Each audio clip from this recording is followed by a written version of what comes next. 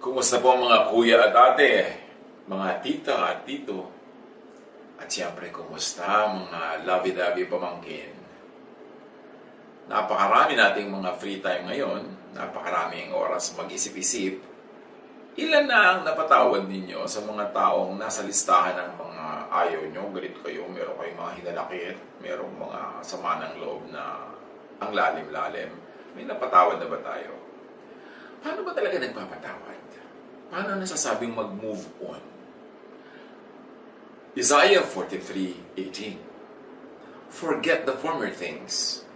Do not dwell on the past. So, how do you forgive?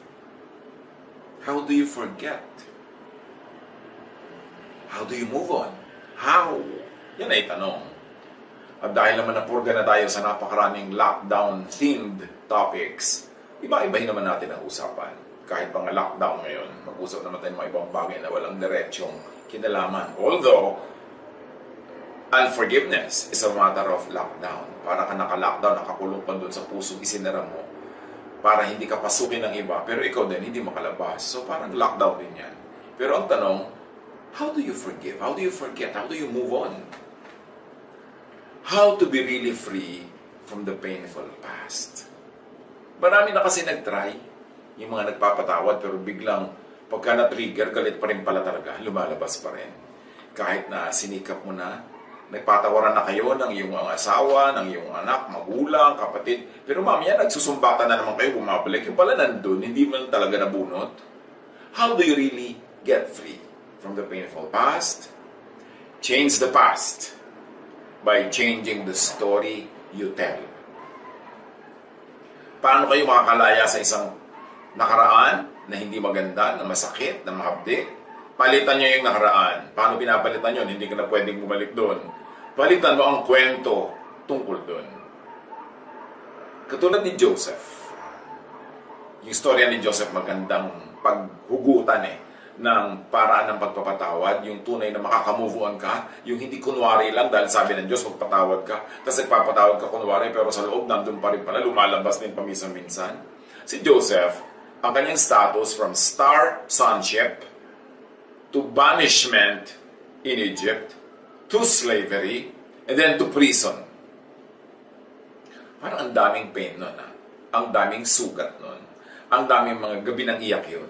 Ang daming hapdi, ang daming kirot, ang daming sama ng loob, maaaring galit pa.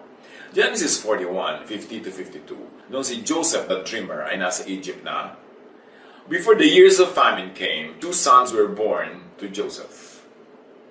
Joseph named his firstborn Manasseh and said, "It is because God has made me forget all my trouble and all my father's household." So ganito ni-reclaim ni Joseph ang past. Ganito niya niretel ang past. Ang anak niya, pinangalan niyang Manasseh. Na ang ibig sabihin, God has made me forget. Sabi ganun, papangalanan ko siya ng ganun kasi ang totoo nangyari sa buhay ko, ipinalimot na sa akin ng Diyos ang lahat ng naging hapdi, sakit at kirot ko sa bahay ng aking ama dahil sa mga kapatid ko na inapi-api ako and sold me to slavery. Ni-reclaim ni Joseph yung past by naming his son in a very positive way to emphasize the positive thing that God had done to him in spite of his past. Then the second son, he named Ephraim and said, "It is because God has made me fruitful in the land of my suffering."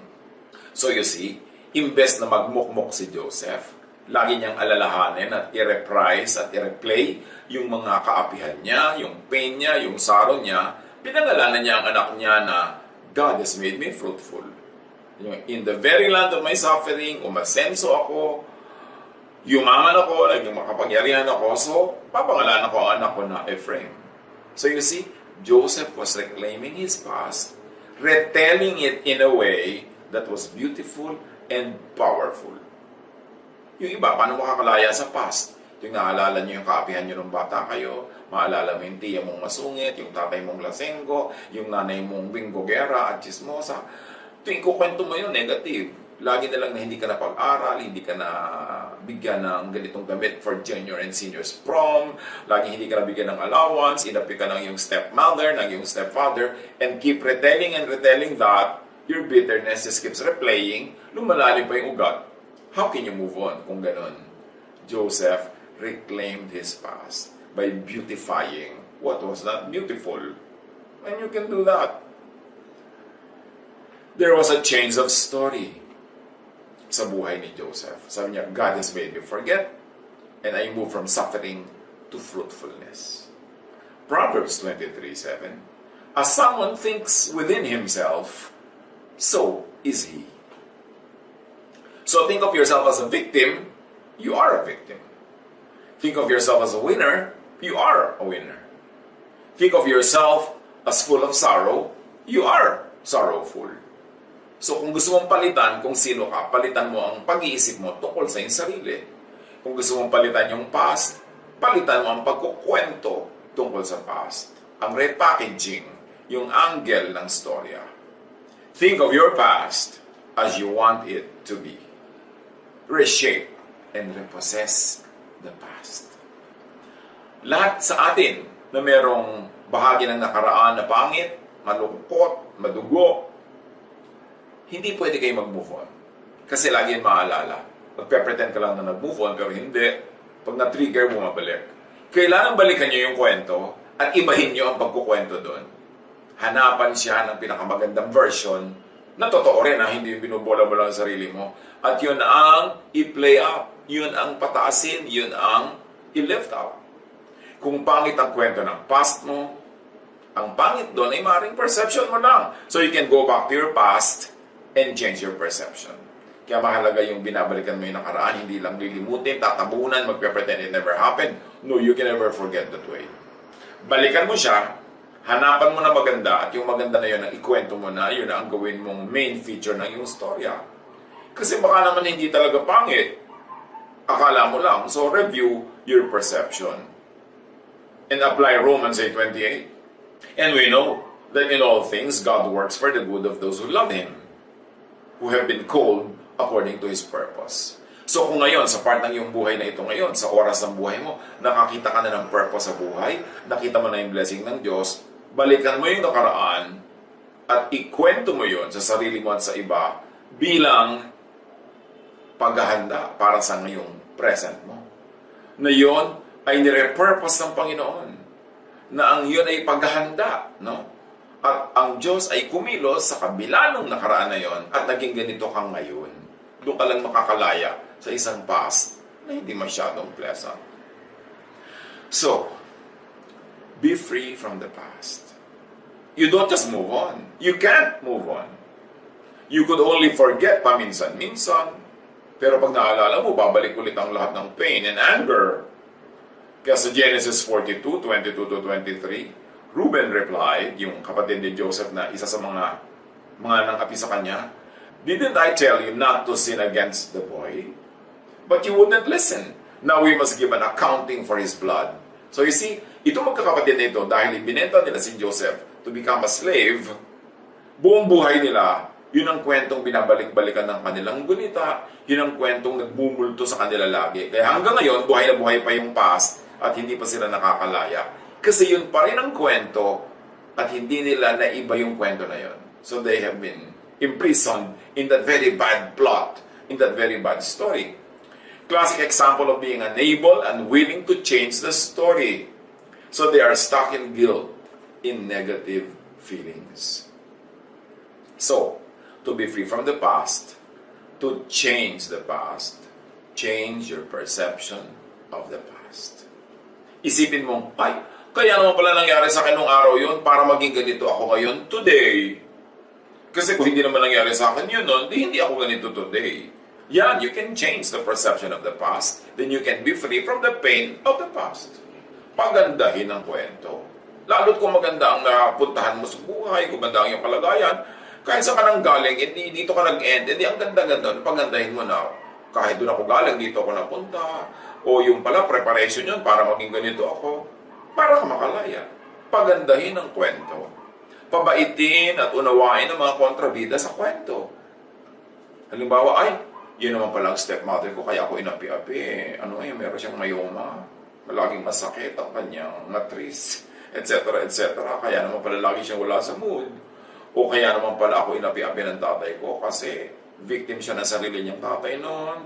At naging alcoholic siya, kaya wala na siya sa katinuan. Pero dahil inapin nila ako, nagsikap ako, nag-aral ako, ngayon, umasenso na ako. Kung hindi nila ako inapi, baka naging katulad lang nila ako sa buhay kasi lagi akong sasama-sama sa kanila. So, buti na lang lumayo ako, nakabuti sa akin ang aking paglayas mula sa napaka-impaktong buhay ko. So, ngayon, salamat at naging ganun yun dahil yun ang naging daan para maging ganito ako ngayon. That is how you repossess the past. That is how you retell the past. So, you could really move on because you can forgive. You can only forgive when you retell the story. Genesis 45, 4-7. Then Joseph said to his brothers, nung si Joseph ay kaharap na ng mga brothers niya na hindi siya kilala, kasi kailangan nila ng tulong ni Joseph, na ngayon hindi nila nakilala, high-ranking officer na pala sa Egypt, come close to me. When they had done so, he said, I am your brother Joseph, the one you sold into Egypt. And now, do not be distressed, and do not be angry with yourselves for selling me here, because it was to save lives that God sent me ahead of you. So you see, Joseph gives an ugly event in the past a beautiful meaning at hindsight. Sabi niya, alam niyo kung bakit niyo ko ibinenta?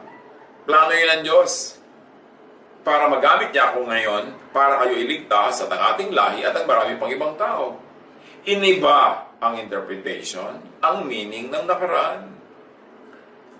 This is the way people could really forgive and move on and forget.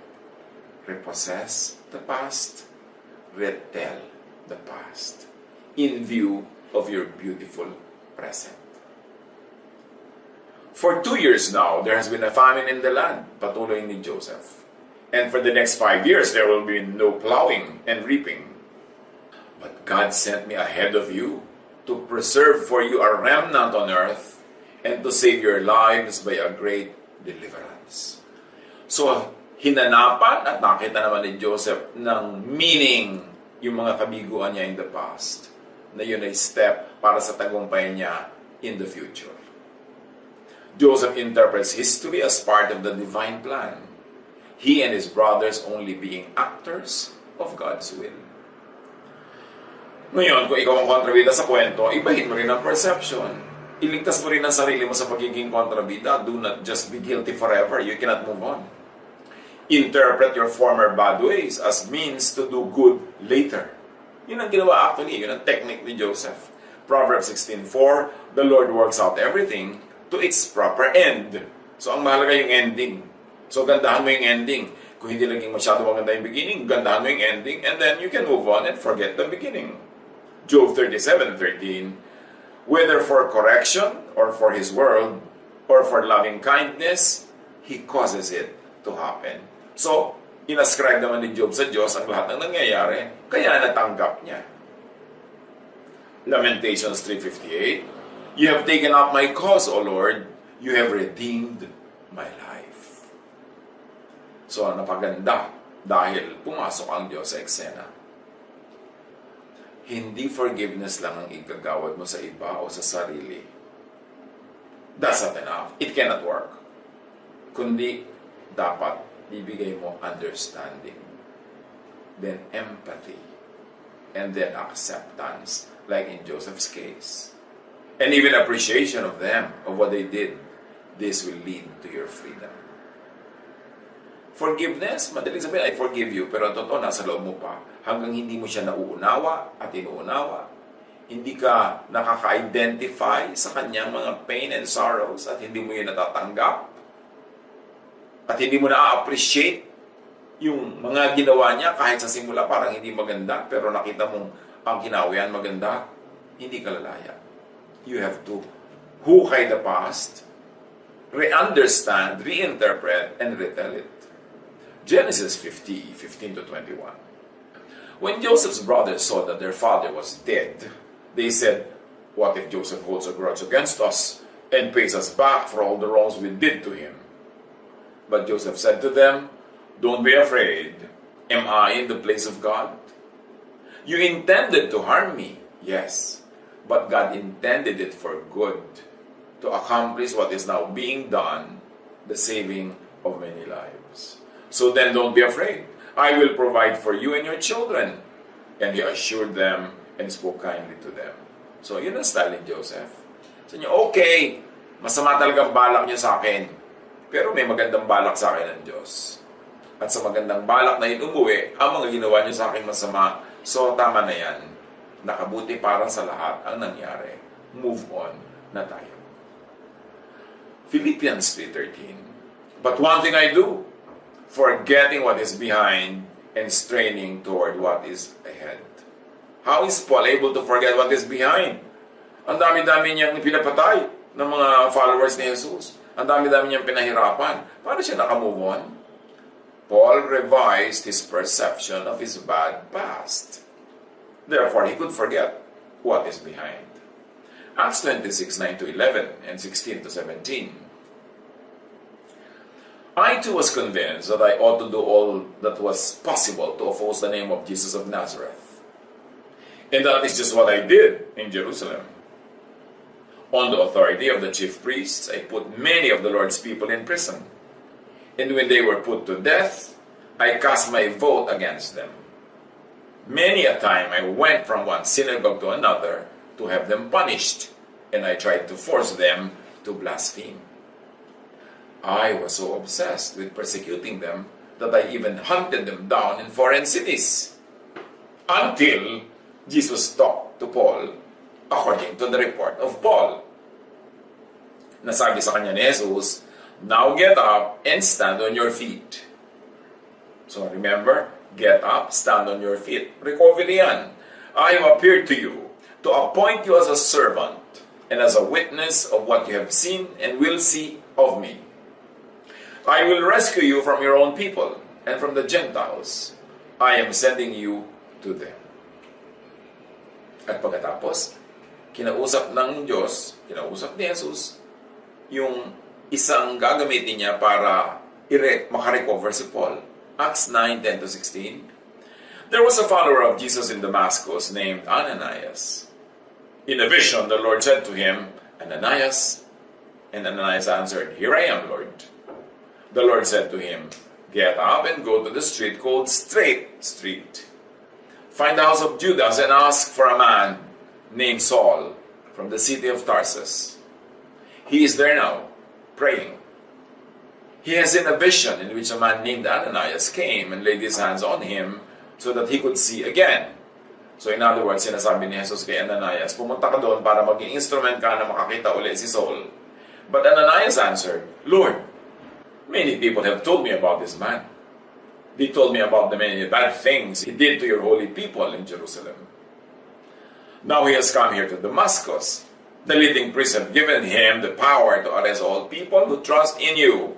So in other words, ang thesis dito ni Ananias, a bad past, I or we will not forget. Bad ang past ni Paul. But the Lord said to Ananias, Go. I have chosen Saul for an important work. I want him to tell other nations, the rulers, and the people of Israel about me. I will show him all he must suffer for me. So, there's another formula here to forget. Change the interpretation of the future to the angry people's satisfaction. You see, galit sila Ananias, at takot sila kay Paul, or Saul na naging Paul. Pero ang sabi ng Panginoon, hayaan mo na. May iutos ako sa kanya. Marami siyang gagawin at magdudusa siya ng sobra-sobra dahil sa akin. And dahil doon, na-change na yung perception ng future na si Paul ay hindi na magiging tagapagpahirap sa kanila, si Paul na ang mahihirapan. So in a matter of speaking, nagkaroon ng balancing ito, naging madali para kay Ananias to move on. So may another technique here na pwede nating ma-derive, makuha. Change the perception of the past so you can move on, or change the perception of the future so you can move into the future. So to be free from the past If this is done about the past and the future, that it is revisited and retold, reinterpreted, then you really move on. Not just forgetting the pains of the past or the fears of the future, which you can't, but now you even appreciate them.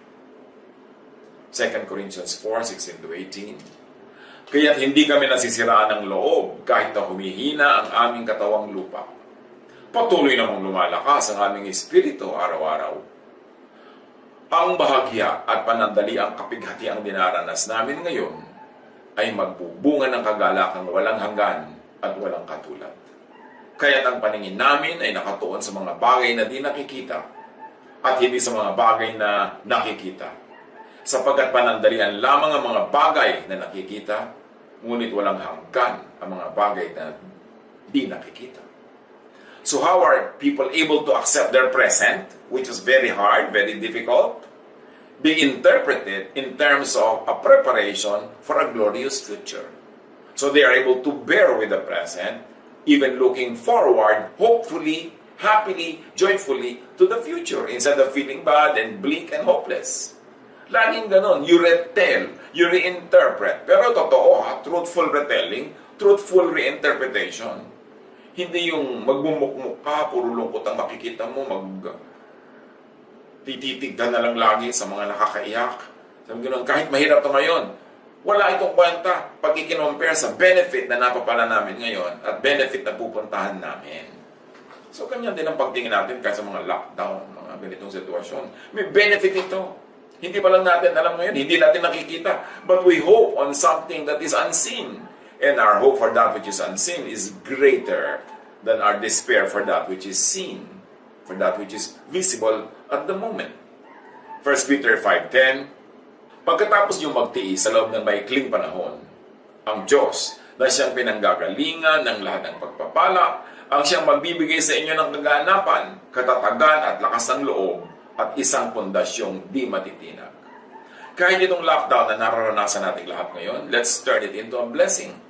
Magpakatatag tayo, maging blessing tayo sa iba, maging lakas tayo ng mga nanghihina, maging pagkain at inumin tayo ng mga nauuhaw at nagugutom, maging kagalakan tayo ng mga nalulungkot, and this will turn out to be a blessing for them and for us. It's an opportunity to do good in the name of God. It's an opportunity to be strong instead of to be weak.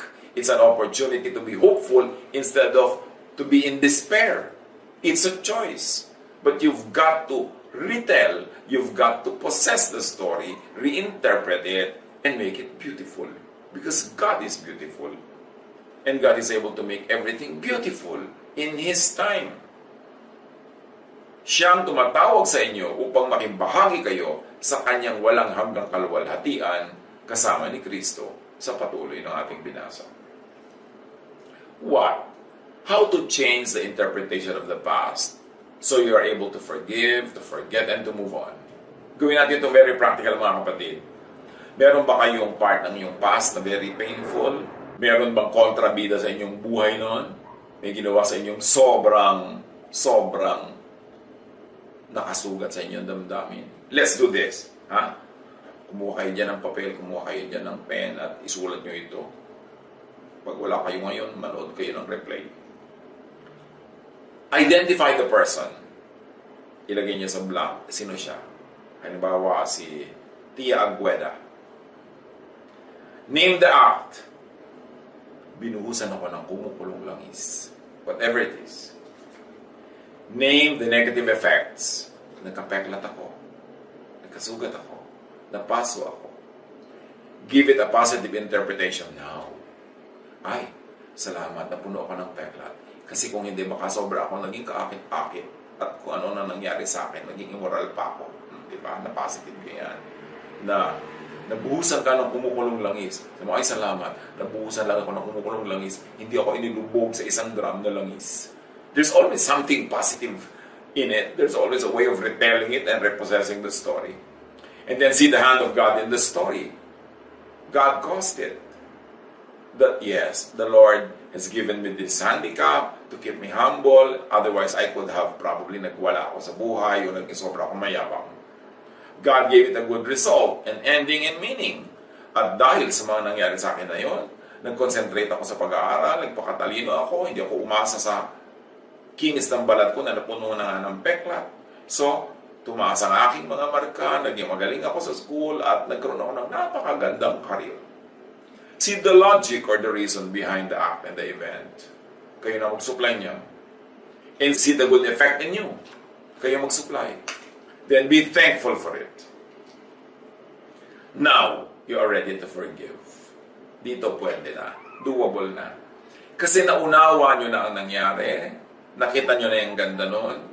At kung naunawa nyo pa si Tia Ageda, na kaya naman pala siya ganun, masyado siyang repressed and suppressed, hindi nagka-boyfriend kahit kailan, kaya galit na galit sa'yo na iinggit siya sa'yo, kaya kanya binusan ng mantika kasi ang dami mong manliligaw. So nakita mong victim siya. At ngayon hindi mo lang siya uunawa, naawa ka pa. Awa pa ang nangyari. Only then can you really forgive.